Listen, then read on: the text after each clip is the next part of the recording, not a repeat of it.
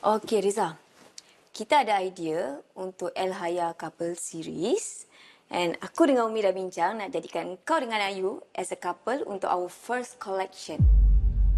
Reza, Ya. dengan Ayu, for couple series. Untuk El Haya. Bukan aku suruh kau couple betul-betul pun. Kak, Reza minta maaf, Kak. Reza tak nak Ayu salah sangka hubungan Reza dengan dia. Kesian Ayu asyik berharap nanti. Kau yang selama ni tak reti jaga batas. Kau jangan salahkan netizen pula bila anggap kau dengan Ayu tu dah official. Kak, Reza diam selama ni sebab Reza tak nak memalukan dan sakit hati sesiapa.